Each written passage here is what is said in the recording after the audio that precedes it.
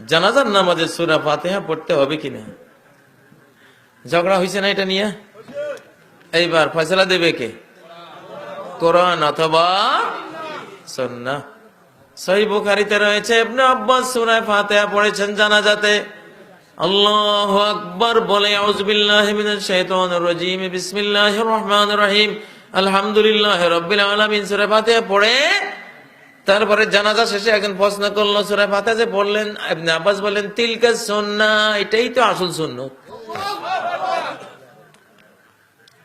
এক ডজনেরও বেশি হাদিস আছে বুখারী, নাসাই, তিরমিজি, আবু দাউদ, মুসনাদে আহমদ, বড় বড় হাদিস গ্রন্থগুলিতে যে সূরা ফাতিহাই প্রথম তাকবীরের পরে জানাজাতে পড়াটা সুন্নাহ।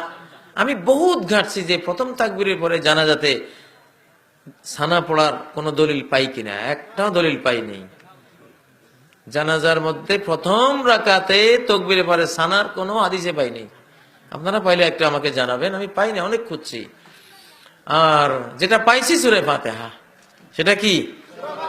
আফদালুদ দোয়া আলহামদুলিল্লাহ, বিশ্ব সেরা দোয়া হলো আলহামদুলিল্লাহ। সূরা ফাতিহা যদি মুর্দায় পায়, মুর্দার কপাল খুলে গেল। তার জানাজায় সূরা ফাতিহা পড়লাম, তার কপাল খুলে গেল।